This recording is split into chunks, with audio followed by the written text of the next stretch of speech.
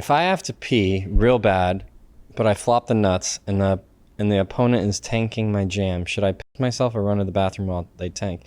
I think I've come across this situation before. Hey guys, it's JC with Drop the Book. I'm sure you're already betting this NFL season with DraftKings, FanDuel, or your local bookie. It's time to drop your book and bet juice-free. You're getting screwed by the juice. It's crushing everyone. It's crushed me in my sports betting history. And now I'm betting juice-free with my friends on dropthebook.com.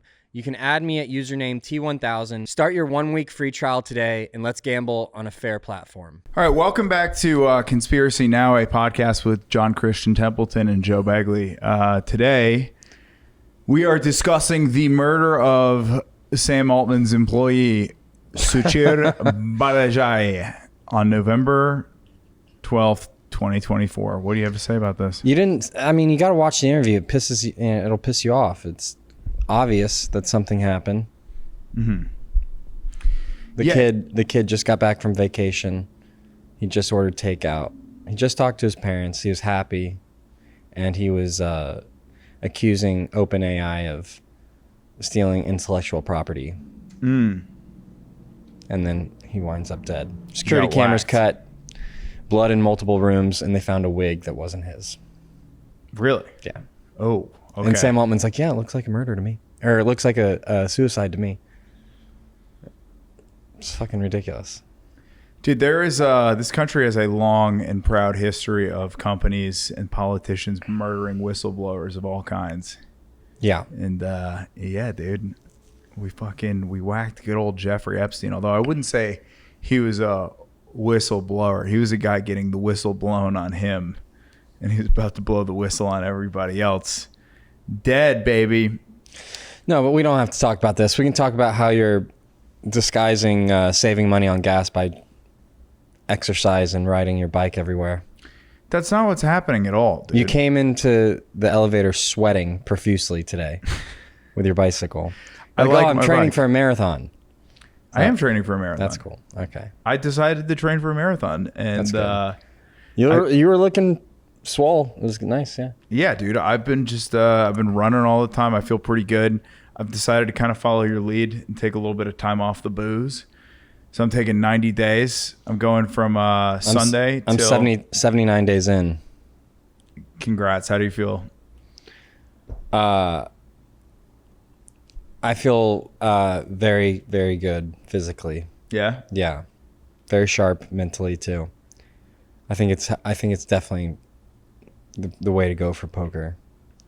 Because my emotions aren't, all over the place. All over the place. They're very steady. It is really hard. I mean, so one of the reasons I've decided to take a break from the booze is over the last few years what would happen is I would take a month or two off every year. So in like 2022, I did 2 months. 2023, I did a month. 2024, I did 2 months. And what would always happen would be like, I would get to a point where I'm just like, I'm so hungover, so beat up, I can't do this anymore. And then I'll take a month off. What's kind of happening over the last few weeks is like, there was never a moment where I was just like, man, I'm fucking hammered. This is terrible. Like, I'm hungover as fuck. I need to stop. It was just like, dude, I just need to stop waking up at noon on Saturdays and Sundays. Like, when the sun sets at 5 p.m., if you wake up at noon, it's just like a recipe for crippling depression. There's no way around it. So I'm taking some time off the sauce, man. I'm excited to see how it goes. Hell yeah. We got a very exciting hand today. We do? From High Stakes Poker. Yeah, it's brilliant. It's so wild. Do you want to do some questions first, or you want to do the hand? I feel like you already led into the hand breakdown, so you want to do that, and we'll circle back around? Yeah, it's one of the craziest hands I've ever watched. You resend that to me? Yeah. It's also a hand I feel like I've played before. There's our man, Doug Polk. Is it docs? Okay, so the hand starts with Doug opening the button with King 7 of spades to 4K. He gets 3-bet to 20K by Gavry with Ace Jack. And then Keating's down heaps, and he just does not feel like folding. Gavry. It's okay. Keating is in with the 4 deuce. Keating cold calls 4 deuce of spades. And now Polk Mallards for Tilly Brent. knows that Keating is My light. heart skipped a beat. He knows Keating is light, Till he and he gets knows out he of the just has way. to get through Gavry. So it's a really good squeeze spot Wait, to, so to pause for a 4-bet. sec. So Polk knows that Keating is light on Yeah. the call. What gives the indication that he's light? Is it that he's the big blind and he's just He's calling just and calling. not raising? He's calling 2 raises. He's Mm-hmm. cold calling 2 raises. Yeah, it's just it's not. It doesn't indicate a very very Doesn't strong indicate hand. strength at all. No. Got it. Brandon, can you pass me my bag in a sec, but just keep rolling? And it's also Keating who's just, trying to see way too many flops. So he figures that that's kind of dead money. And if he can get through Gavry, which Gavry's going to 3-bet the small blind pretty wide. If he can get through that, he's most likely just going to take down 40K pre-flop. So, and he's been somewhat conservative today, so he has a good image. This is towards the end of the session, and so they've been playing 4 or 5 hours with each other, and I think a lot built up into this spot where he's not doing this with every king 7 of spades, but at this time in the session he's built up a good image, a tight image, so like he's going to open up and take this spot and play it really aggressively, and so it creates but these are kind of things that Keating is aware of as well, which creates this incredible hand. Sweet, let's let Nice it little rip. Doug. Keating is trying to create some serious carnage here at the end of the night, and instead it's Polk 4-betting to 75,000 with king 7 suited. Gavry snap out. Well, Oh boy, what is Keating gonna do now? one time, Alan. Let's take So a flop, Polk maybe. 4-bets, king Or 7. even perhaps all in. Yes. He's gonna call So fun watching this guy. out of position, Oh my God, and he outflops Doug. and he hits the 4. Holy shit. And this is the problem when you play this hand pre-flop. shall we You're phone never again, folding wizard? after flopping So a he pair flops here. bottom pair. There's 172K in there already. He checks the flop. And look at Alan. He looks so comfortable. He's calling 75,000 pre-flop with me. Keating always looks comfortable. 35,000 was the bet and called. Doug C bets 35. Keating calls. Turn jack of on the clubs. turn. Keating's going to check pretty quickly again. No reason to bet. Now what, Doug? I mean, I'd love to see Polk just move in here. I'd love to see it. He's going for chips, Nick. He's definitely cutting out chips. It's a little bit weird, too, the dynamics. Kiki's been needling him for being quote-unquote tight. I love this He's by not Doug. moving in. He's grabbing a going for sizable 70. bet. I like this even more by Doug. He goes on the smaller side in accordance So, to the pot, pause it. 70K. So if you heard Nick Schulman talk about how Kiki, the guy in seat 1, has been commenting on Doug being tight all day.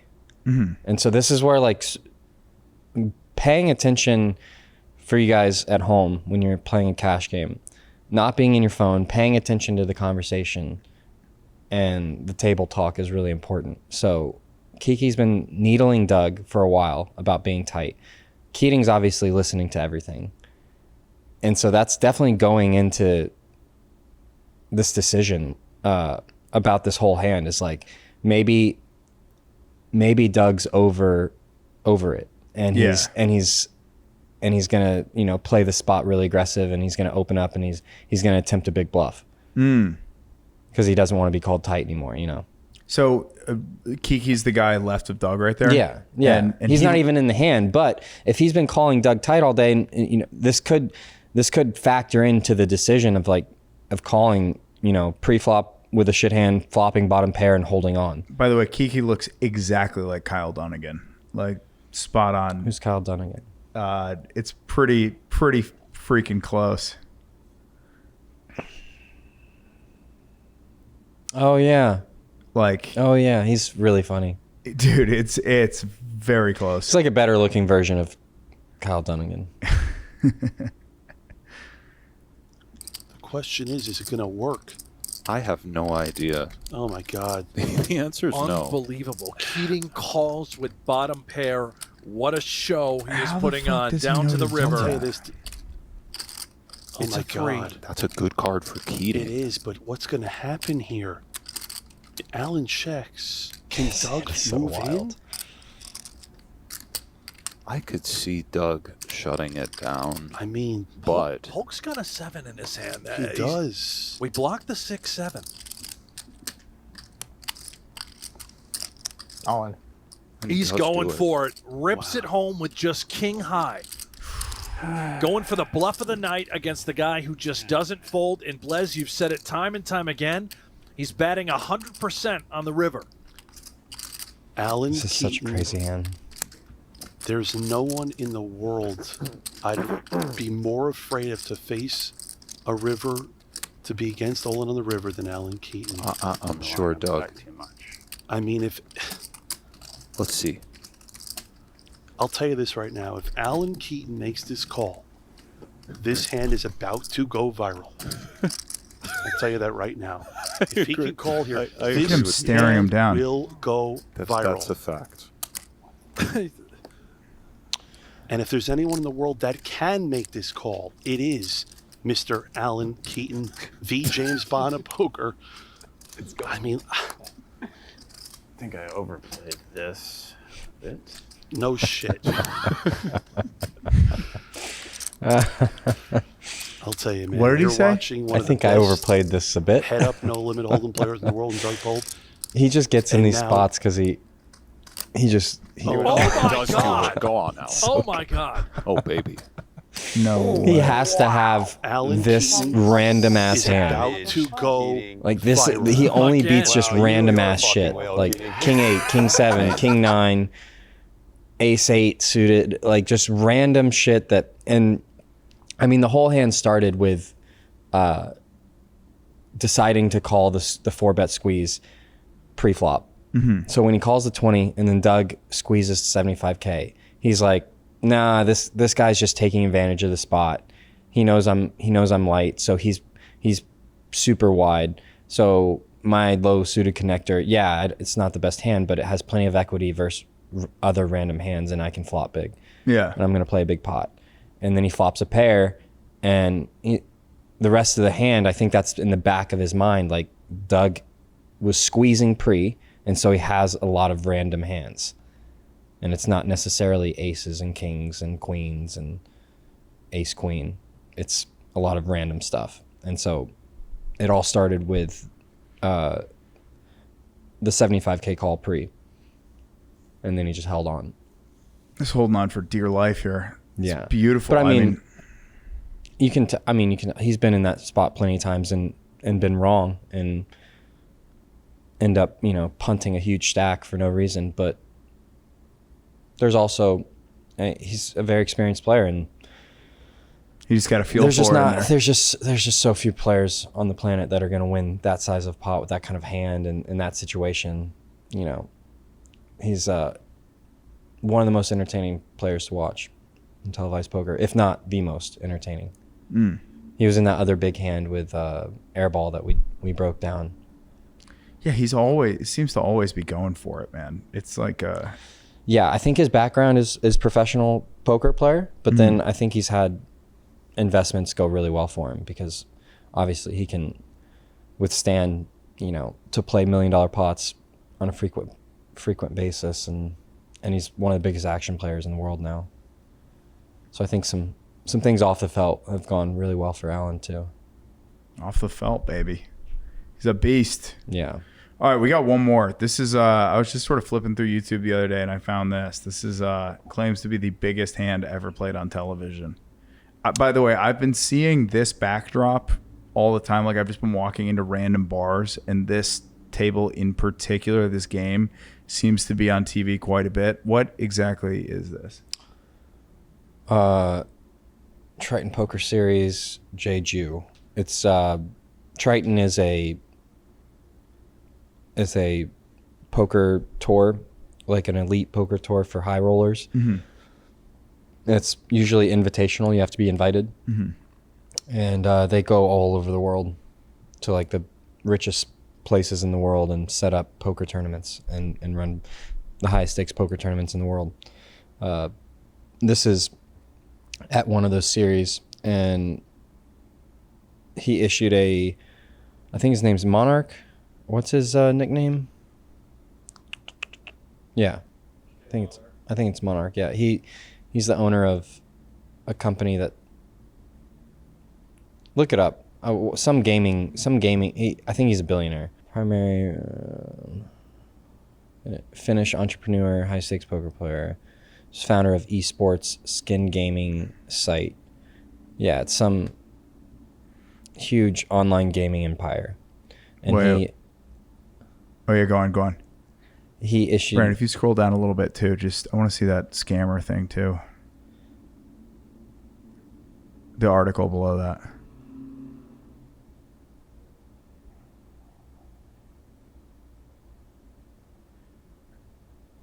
Wait, so keep talking.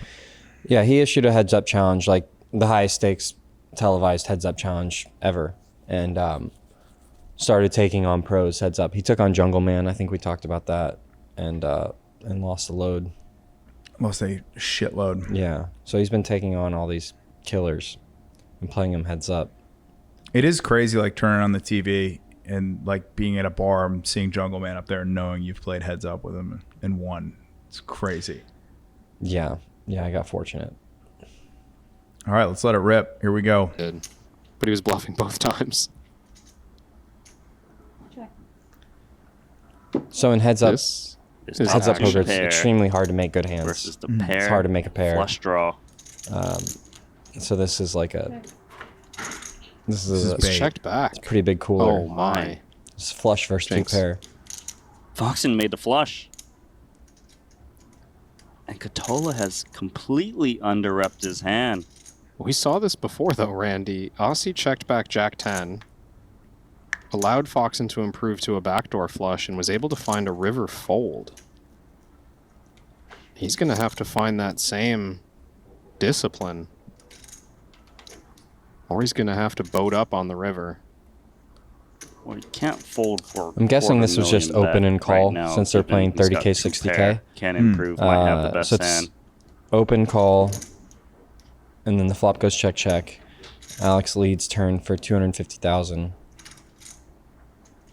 and Kitola, what are we thinking here? Monarch just calls. There's the call, 800,000 in the middle. Can Aussie boat up? He can. Oh my it's a God. full house versus the flush, and he checked back the flop, so it's so disguised. I think Foxen might overbet the river. And he's going to get raised. I mean, you have to believe you're up against a naked king sometimes. You want to maximize against trips. You might be up against queen 10. Foxen thinks he's got Katola cooked. 550, All right, not an 550 overbet. 550K, that's right.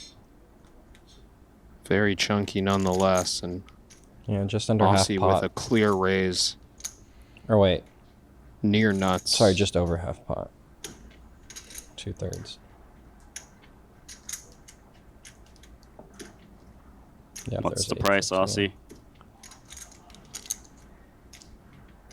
How much does this customer need to pay? See your dish. He's going to throw in a time bank. It's so sick What's too that? that Aussie has the image to get paid off on a big river raise. Time banks.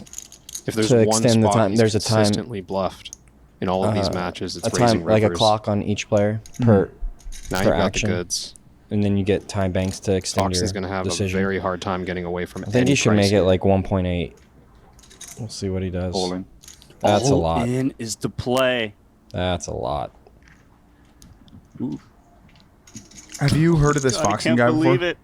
This is so Oh, yeah. gross. How does Katola Yeah. have a full house in this spot? He checked back the flop with two pair. Do you think Foxen's going to believe that? That's exactly it. And combine the all-in choice with the fact that Foxen might think the only credible value raise is a flush. But flushes won't go all in here. They're not strong enough. If Foxen calls here, it's just over. He'll be down $6 million, and I don't see how he can fold. It's crazy the stakes that Wild. these guys are playing at. It really doesn't add up, Randy. This looks like a desperation bluff. So these guys But that are it's playing not. stakes It's at the this full level, house. are they usually guys that made their money playing poker, or are they guys that made their money somewhere else and now they're doing this? I mean, usually, like, so the entrepreneur obviously made his money elsewhere, and the pros are a mix of mostly poker and investments or whatever. And the bluff again.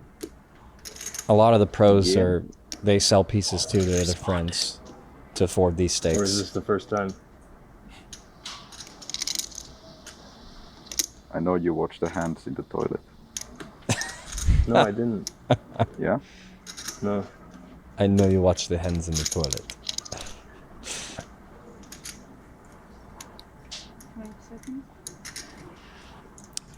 Yeah, Foxen is one of the like premier high stakes tournament players. He plays all the nosebleed No more tournaments. time banks. Is that another term for high rollers, nosebleeds tournaments? Sure. I like that. That's Talk it. me.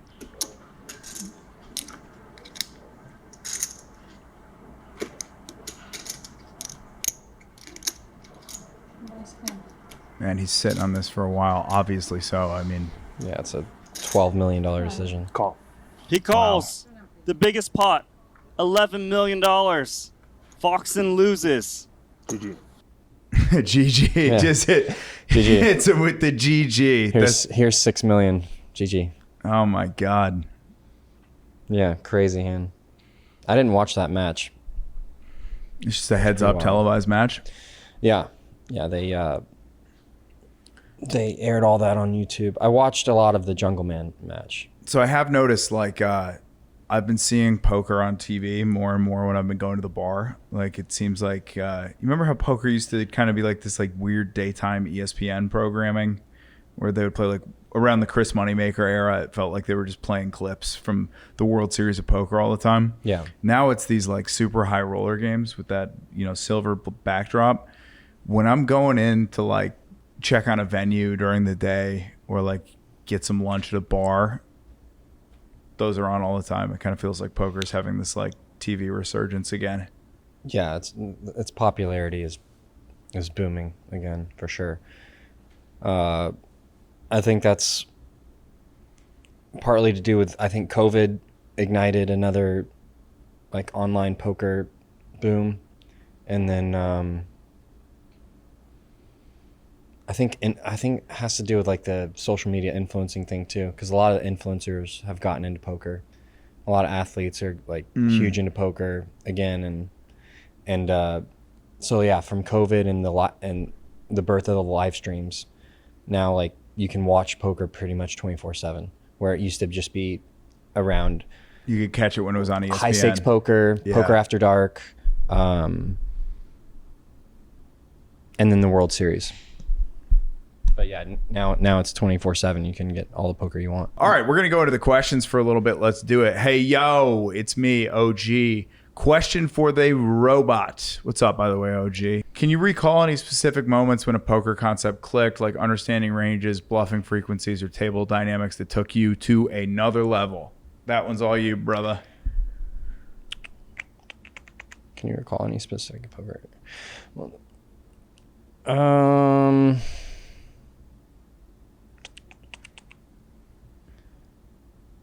yeah, I mean, definitely when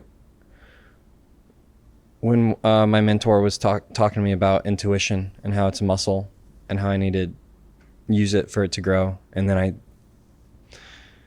I noticed pretty quickly that I started using it all the time, and I watched it get stronger and stronger. And just noticing that even if, or being aware that it's okay if you're wrong, there's things to learn in hands where you mess up and you get it wrong, but just keep going with your gut, and eventually your gut gets stronger, and then yeah, that was a big one.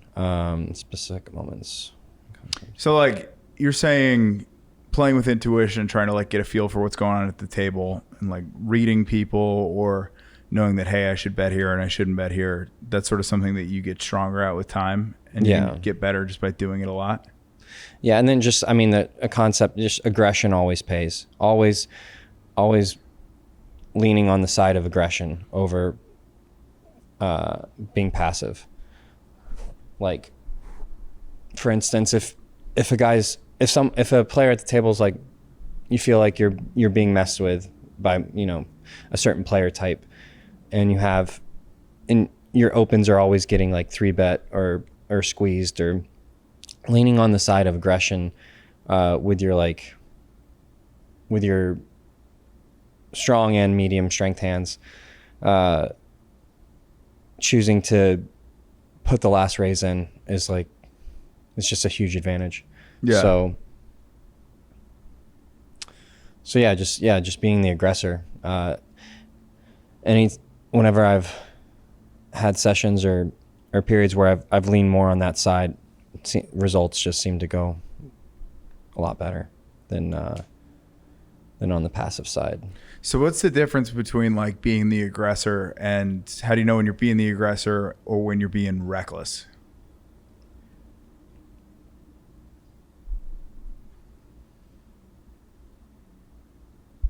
I think, I mean, you need to just be aware of your frequency of raises and frequency of hands you're playing. And I mean, it's kind of are your bluffs getting through, or are your bluffs getting called? And so if all your bluffs in a session or as of late are getting called, you know, maybe you're on the reckless side and your table image sucks and you need to play less hands. Mm-hmm. But still, you know, the hands that you choose to play, you need to play them aggressively. That's actually pretty interesting. So you use your ability to bluff as an indicator for like what your image at the table looks like. Yeah. Okay. Yeah. Are your bluffs working? And if they're not, maybe your image sucks and no one believes you. Yeah. And as your image deteriorates, the lighter and lighter people call you. So whereas like if your image is super good, you might get people to fold top pair. Mm-hmm. And then as you keep playing more and more hands more frequently, then the call downs become lighter and lighter. And you start getting called by second pair, third pair. And it's typically indication that, you know, like a player's spiraling and they can't stop bluffing. And so people just start calling down super light. And then, you know, like ego or whatever will get in the way and be like, oh, it was a good bluff spot. It's like, it's not a good bluff spot if you're always getting called because your image sucks. So you can't hide behind, well, it was a good bluff. Like, no, it wasn't. You need to be aware of your image. That's a good point. Be aware of your image. Know how you're doing at the table. And then like, I guess that's more so like talking about growth over time. I think he's talking about more so like specific moments. Like, have you ever had any like flash realizations at a table where you're like, oh shit, like I've been doing something totally wrong? Nothing really stands out. It's like a aha moment. Yeah. Just slowly over time, I think. Yeah. I mean, I guess that's sort of the way like things like to get portrayed in movies and stuff is just bam. Okay. And it all made now sense. I got it. Yeah. And everything came together all at once, but it's not like that. Just years and years of build up and small realizations, small wins, small improvements adding up. Hell yeah. Fight fire with fire. If someone is being extremely aggressive towards you, then, you know, put the heat back on them. Put the heat on them, baby. All right, the next question comes from Sam D in Charlotte, North Carolina. I don't know why I struggled so much with that. Is his name Sam D Charlotte? Is that in North Carolina, or is he Sam D from Charlotte, North Carolina? I think Sam D from Charlotte, North Carolina. Or is he his last name's Charlotte? Sam from down Charlotte, North Carolina. I guess all those are true. I'm retarded. Okay. If you were fresh out of college and moved to a new city and didn't know anyone, how would you find low stakes private games? Is there a part two? No, it's from somebody else. Okay. Yeah, you go to a new city, you go to the public rooms and you play the stakes you're comfortable with, and you build friendships and relationships with the local player pool, and then you know, slowly pick their brains and ask them about the private game scene, and if they know of any private games in town. And yeah, but you start with public rooms, and then just use use relationships. You build friendships with, you know, it doesn't have to be poker players, but if you find people and then just ask them if they know of any games, and they can connect you. I think this is like kind of true in every aspect of life. It's like really hard to make friends post college, and you sort of figure out like, okay, I'm out of college, or like I'm in my 30s and I just moved to a new city. I have no idea what to do. I think the best piece of advice that I've ever gotten is like, you should start using your house just like as a base, just as a place that you sleep. Yeah. And then just be out in public as much as you can. Yeah, I moved to Austin with 0 friends. I knew nobody here. But if you're, you know, just genuinely interested in people and, you know, social, it's not too hard. Yeah. I mean, I think there's something to be said about just, we obviously met at Squatch Fitness, and I met Will, who I run Hidalgo with, at Squatch Fitness.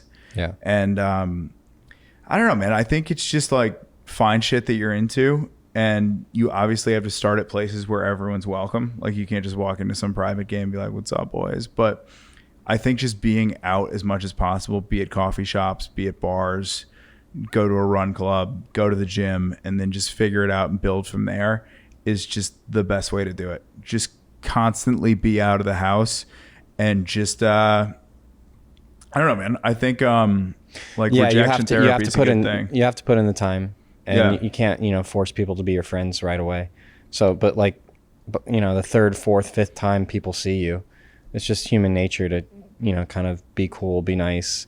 So yeah, spend a lot of time in the local rooms that are public, that offer poker, and build friendships naturally. And then, I mean, private game runners are always looking for new players. That's, you know, that's how they make their living. So it shouldn't be too hard to get into games. So these game runner type guys, how do you get introduced with them? You're just in the public card rooms, and then people come through and say, hey, you know, come here. No, I mean, you just ask, you know, your fellow players, like, do you guys know of any private games? Yeah. So there are some states where in-person gambling is illegal, right? So I'm not sure if North Carolina is one of those states, but let's say hypothetically, you know, Sam D. Charlotte was writing in from a state where public gambling casinos are illegal. Where do you start in that case? Yeah, I mean, you meet people and you make it known that you're a poker player. And do you guys know of any, like, if you guys know of any poker spots or any games, I would love to play. Like, you just make it known that you're looking for a private game, and eventually you'll meet someone that knows someone that knows someone, and it'll just happen. Mm-hmm. It might take some time, but if you make enough friends, eventually someone's going to know somebody that's running a game. You might have to be on the social side. You might have to go out and drink or hang out in, you know, bars or social scenes like that. So it might not happen if you're just scouring the internet. That is one aspect of alcohol that I think is so underappreciated. Like, when you listen to some of these people and they're like, alcohol literally has no benefits.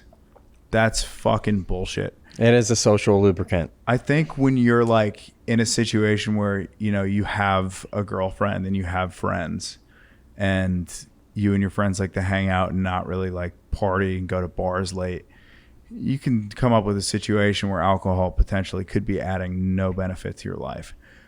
But man, when you move to a new city, just getting fucked up is such a huge advantage. You know, you don't have to be a mess, but just being the type of guy that's just down to have a few beers and see what happens. Yeah. It does make it easier. I did a lot of drinking when I first moved here. I think everyone does. Yeah. Like, I distinctly remember this happening to me. It was when I moved here, I didn't have a mattress for the first few days. So I moved into my apartment.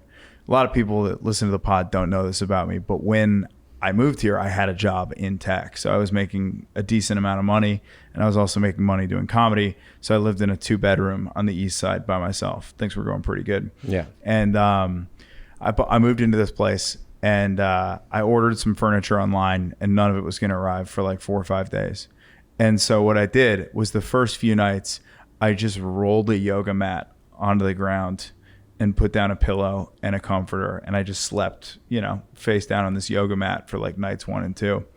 And I went out, man, and you move in, you drink again, you just keep going. And I just, like, night 3 or 4, I just had a wicked panic attack on the yoga mat.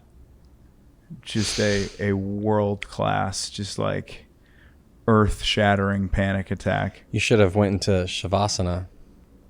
I probably would have. Shavasana, down dog. No, that's like at the end of the class where you just lay there and you just lay down. Yeah, you should have done that. Dude, when you're bugging out and you try to do a Shavasana, shit is not productive. But yeah, man, I think that happens when you move to Austin for sure. Like, I remember I moved here January 7th, 2022. What night, Brandon, did Alabama play Georgia and lose in the national championship game? Look up 2022 national championship game. Okay. It was only January 10th. Oh, I moved down here on like January 3rd. That's what it was. And I moved down here on like a Sunday, and then I just had to keep going. I powered through the first weekend of like heavy boozing. And then January 10th, 2022 was like a Monday. And I remember just getting fucking hammered on a Monday night, and Tuesday night having to go to work and being like, I'm going to die. I'm going to kill myself. But I'm not going to kill myself because I'm not a whistleblower. All right, back to the questions. Here we go. If I have to pee real bad, but I flop the nuts and the opponent is tanking my jam, should I piss myself or run to the bathroom while they tank? I think I've come across this situation before. You can ask the dealer or a floor, for the floor, if the floor can come by, and ask if your hand is dead if you go to the bathroom. Then if you lose the hand if you leave the table, then you have to ask yourself, how much is this piss worth right now? Depending on the amount, you might just have to forfeit the hand. If it's an amount that is significant to you, then you just wait it out. But obviously don't piss yourself. Well, the question is, if you're at a big casino and or a big tournament, and you got to wait for the floor judge to come over, it might take longer than if you had just run to the bathroom. So there's a situation that came up a few years ago with a prop bet with Antonio Esfariandi, and he had this prop bet, I think it with Bill Perkins, who I've told you about. Yeah, played some big hands for some. So his prop bet was he had everywhere he went, anytime he moved, he had to lunge. So he had to lunge everywhere. He couldn't walk normal, right? And it was like for a certain amount of days or whatever it was. But like he got to the point where he's lunging to the poker table, and this is like I don't know how many hours or days into the bet, but he like physically can't do it anymore. And he's at the poker table and he has to piss, and it's at the World Series. And he grabs a bottle and he pisses into the bottle, and then he gets disqualified from the tournament from the floor because he just couldn't fucking lunge to the bathroom and back. He didn't have the energy. So yeah, I don't ever piss in a bottle. Don't piss on yourself. I don't think. Have you ever seen anyone piss their pants at a table? Piss and shit themselves. I don't think. No way. Oh, Brandon's here. I didn't know Brandon was alive. That one got me good. Back in Sarasota Kennel Club, we had some elderly visitors, patrons that would play all day and all night. And yeah, there's been multiple people that have shit themselves at the poker table. I think I was in the room. I don't think I was at the table. But also, like, people get just shit-faced drunk when they play cards. And so, yeah, pissing themselves happens all the time. the terrible thing, like whenever you're in a poker room, especially if you're at a dog track in Florida, you go to the bathroom and you're washing your hands and you just see these guys come in behind you and piss and shit and then just walk out like right in front of the faucets, not wash their hands. Ugh. Oh, and then you sit back down, you know everyone's touching these chips. Yeah. So yeah, little advice. Poker chips are filthy. They have piss and shit on them. Do not touch your face after touching poker chips. Ugh. Whenever you've touched chips, wash your hands. Bring sanitizer to poker rooms, because poker chips are fucking filthy. That's disgusting. Yeah, it's not a great part of the game. Hold on, I want to sit on this question for a little bit longer, Brandon. I think one question that I have about you having to pee real bad at the table. Yeah. When you get, like, let's say you flop the nuts, right? But you have to piss so bad that it's like a do or die situation. You have to go to the bathroom. If you let the table know, hey, I got to piss so bad, I'll be right back. You could do it in a sly way. Private game, it's easy. But at a big one, if you go, hey, floor judge, I need to get up. I feel like everyone's going to know, oh, he would have just folded this hand if he had to take a piss. He's clearly showing strength, right? Sure. Yeah. Yeah. Yeah. Yeah, private game, it's not so bad. But I mean, when it happens to me in a public setting, I typically just forfeit the hand. And if I'm already in the pot and it's a big pot on the river, like, you just hold it. Like, show some willpower. Show some willpower, baby. It might hurt your bladder, but fuck. So I got to tell you one I'm going to piss my pants situation that happened to me.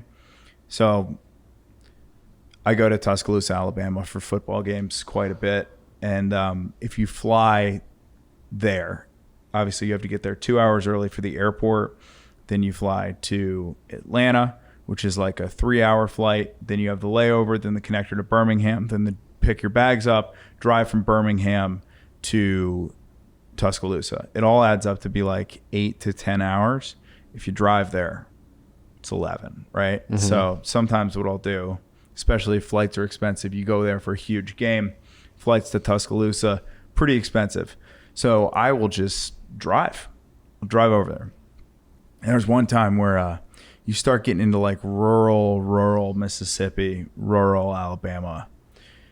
Gets really hard to find a bathroom at certain points. But Alabama built these like beautiful rest stops into the side of the highway, right? I start to have to piss like bad.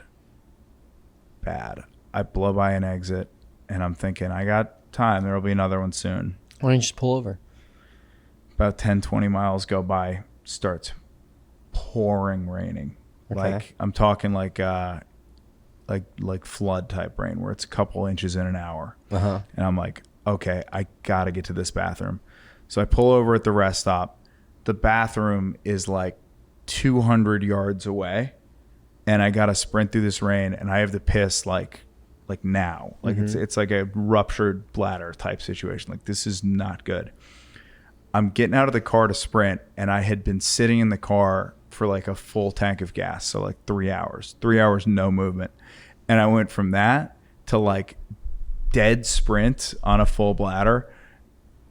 Every bit of they call this the psoas. Yeah. It's like the muscle that you use to lift your legs, just locked up. And I went down. Like, face first. So I'm just trying to sprint, having to piss my pants, and I just go, and I'm like, ha, and I'm like trying to. At this point, I'm like, I'm fucking crawling at an Alabama rest stop in a generational flood, having to piss my pants, crawling to the bathroom, and then I get to the door. And it's fucking locked. I'm like, I would piss on the building. I pissed on the building. Yeah, I pissed on the building. I had to piss on the building. Yeah, fuck it. But one thing that you need to understand about the psoas muscle is Peter Attia, who's one of my favorite fitness guys on the internet. He says there's 4 tenets of physical fitness as an adult. There's mobility and flexibility, which is like your ability to just, not just stretch, but sort of do things while you're in a stretched mode, right? 2 is endurance, your ability to go long distances with good cardio, very important. 3 is strength, but there's a 4th one that people always forget, and it's explosiveness. And the difference between strength and explosiveness is your ability to sit in a squat and push the weight up. Explosiveness, that's strength. Your ability to be explosive is your ability to go from a dead stop to dead sprint, right? And last Sunday we played a little pickup football at Gillis Park behind Kelly's Irish, which is actually the name of the park. It's Gillis Park behind Kelly's Irish. We played a little football. And a bunch of guys, when you go from not sprinting at all for months to all of a sudden you hit your first sprint, brother. Yeah, rip a hamstring. These muscles in here lock up. I got a text from Corey Knox being like, I need to be hospitalized today. Like, this is so bad. So just if you're a guy and you're out there and you're trying to get in shape, just note to self, please do a sprint every once in a while. Sorry, I led us so far off track. Brandon, do you have a note about sprinting? Are you big? I'm nervous. I'm playing in some Turkey Bowl games this year, and I literally like a week or two ago, I started jogging, and I'm like warming up to a sprint because I'm like, I'm gonna blow out my hamstring if I just walk out there and sprint. Yeah, we're getting old, boys. We gotta be careful. All right, next question. As a dealer, I see all the superstitions. What's your most ridiculous one? Anastasia. I think I know who that is. She's a... If that's the Anastasia that deals the lodge. Yeah. Yeah. Lovely lady. Oh, man. There are so many superstitions. Bathroom hand. Well, bathroom hand goes back to feel like the notion that you're going to get cheated in a game. So whenever you go to a bathroom at a poker game and you come back from the bathroom, they call it the bathroom hand because how people have gotten cheated in the past for a long, long time is if the player's away from the table, if it's being hand dealt by, the other players or the dealer's in on it, they'll set the deck. And it's just the oldest way of getting cheated. So the player will get back from the bathroom and come sit down to aces. Right? And it'll be like all in, and you have aces. You're like, yes, let's go, all in. And then the other guy wins. Ooh. Because the deck is set for somebody else to win. So that's called the bathroom hand. That's not really superstition. We used to play like poker. Some people won't play the first hand when they get back from the bathroom. In fear of like the deck is set up. Yeah, go ahead. No, we used to play pickup poker in my friend's basement when we were in high school. And exactly that happened to me. I had to take a piss and they dealt me aces and everybody went all in. And then my friend... Oh, they did it to you. They did it to me, but they couldn't have made it more obvious. My buddy AJ gave himself a royal flush. Yeah. You know what I mean? So it was like kind of funny because we all went, yeah, we got you. But like... It wasn't something like super malicious where it was, somebody hits 3 of a kind and we were playing for $100 in high school. It was like, no, we were playing for $10. It was a joke. That's what happens. But so yeah, some superstitions are like the most ridiculous ones. Certain people, like, they don't want to bet with, they'll bet with like a certain denomination of chip. They don't want to bet with like certain colored chips. I've seen that. I've seen seat superstition. It's not like ridiculous, but some people won't play in certain seats. I just have favorite seats because of the advantage of seeing the entire table. So from seat you 2, always tend to sit like right on a corner. Yeah, I always try to sit on seat 2 or seat 8 because for me, those are the only seats, the edges are the only seats where I can see every single player without, like, if you're sitting in seat 1, you can't see seat 9 because the dealer's in the way. Yeah. And if you're sitting in seat 5, it's hard to see the guys to your right and left without like turning and like looking at them. But from 2 and 8, you can see the whole table, so you can watch everything, which is I prefer that. So yeah, seat is a big superstition. Man, what else? Some people have like certain card protectors, like mementos. No, you don't know what I'm talking about? No idea. Like a card protector, like a rock or some kind of stone or figurine. Oh, they put them on the cards for good yeah, luck? Yeah. I've played with Asian people that will like have, little trinkets. Golden trinkets. So speaking of Asians, is this where you bring up my girlfriend? No.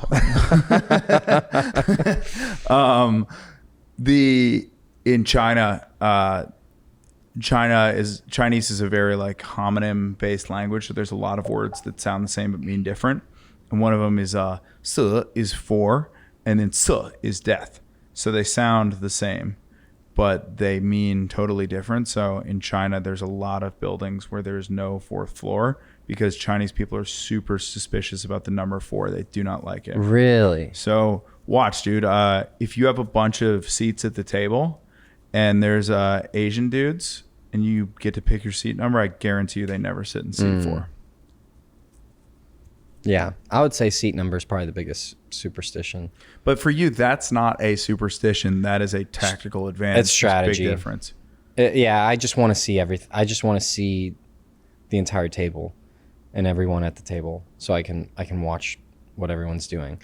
And they're the easiest seats to get massages from. The edges is what I found. So that's nice too. Nice. You want to read this one? What types of data do you analyze after a poker session? Example, hands you are struggling with, certain players who are consistently beating you, performance per private game, etc. So we've kind of gone over this. You're not really a GTO type guy. Yeah, You're a phone call with your friends. Yeah, I haven't. I mean, I've just been playing so much the last year. I just play every day and just been in that mode. But a year ago, I was doing a little more studying, and that was just fortunate for me. I have my hands on recorded, so I can just pull up a stream and then sit with a buddy of mine that I value their poker mind and their opinion, and we can just watch and talk hands over. So that's how I study. And if you don't have that, then writing the hands down, writing all the action, remembering all the action, the stack sizes, the position, the bet sizes, in every street and every card, every detail is very important. And then taking that to a friend that you value their opinion and think highly of them in poker and going over the hands with them. I think that's the best way to get better. So I don't think I've ever asked this of you. When you do hand breakdowns, obviously for the streams, you've got the hands there to work with out in front of you. For non-stream games, just private games, do you write down the data, or do you have a sharp enough memory where you can sort of go off of that? I put it in the vault, my memory vault. Really? Yeah, like I'll sit down so with you players. Can remember the low jack raised to I'll sit down and I'll be like, oh, I remember like this line that this guy took like 2 weeks ago in a hand and just stuck with me. Just certain hands just really get ingrained in the memory. But it's also like a discipline. You have to, just like your intuition's a muscle, your memory and your hand recall is kind of a muscle. And I'm actually going over this with a friend I'm helping out. Because like in the beginning when you're first starting poker, watching the action and recalling correctly what happened is tough. It's a lot going on. It's a lot of moving parts, so it doesn't really come naturally to remember, okay, like did I raise an early position or a middle position? Wait, who called? Mm-hmm. How many chips did they have? Was it the 4 of clubs on the flop or 4 of diamonds? I don't really like all those things are really important, and eventually through repetition become instant and automatic over time, but it's really difficult in the beginning. And so you just get better by constantly doing it. And in the beginning, you need to write it down. But like I can recall hands now without writing them down perfectly and know every single card of a hand I played last week. I'll know the flop, turn, and river, the suits, the stack depth. But this is, years and years of doing this and tens of thousands of hours. In the beginning, write everything down. When you want to go, relive a hand or review a hand with a buddy, you need to write everything down, and every detail is important. It's a great point. Yeah, it's like when you're talking about your own ability to remember how things went, it's I have every set that I've done for the last 8 years in my phone, just in the voice memos. And granted, the voice note, because it's an iPhone on a bar stool in a room, there's like different feelings that you get where if you're performing for 10 people at the creek, like no matter how hard you're crushing, it's not going to sound that good on the voice memo. And if you do, let's say, a sold out Cap City and you go up there and you do pretty good, it's going to sound really like great every time. But there are definitely things where, like, even on the drive home, if I listen to the set, I'm like, I didn't remember that at all, or I remembered how that went completely incorrectly. Wow. And it's like, I don't know, just dude, there's even been times where I've started trying to listen to our pod just every couple of weeks, just to kind of take notes you mentioned on what I'm this, doing. and you don't remember the conversation at all. Sometimes I'll forget things. Yeah, completely. Yeah. And that's kind of a trip. It's fucking weird, man. Yeah, I've been struggling with my memory lately too, but it's starting to improve. I think we should start playing those memory games that they offer on the phone. Yeah. It might help. I think just not drinking is enough. Yeah, I mean, I'm going on 3 months sober and my memory still sucks. Yeah. Maybe it's all the Klonopins you take every day. Okay. I'm not taking Klonopins. No, I am. How you doing? Is that it for the questions? I think that's it. What are we at for time Izzle right now, Brandon? Oh, really? Yeah. All right. Hell yeah. Lads, thank you guys for listening to the pod. Yes. Just a brief request. Now that we're at the end, the YouTube algorithm is an absolute beast to compete with. And if you're a new channel, it's kind of hard to get off the ground. Comments help so much. So if you have reached the end of the video, just drop us a comment. You can write "I'm gay." You can write anything, a thumbs up, Send an hate. emoji. Send hate. Yeah, we'll Talk take about it. how much you hate my haircut. Talk about how I watch clips of the pod and I seem to always be wearing this shirt for some reason. Anything. Hell yeah. Yeah. Peace. See ya.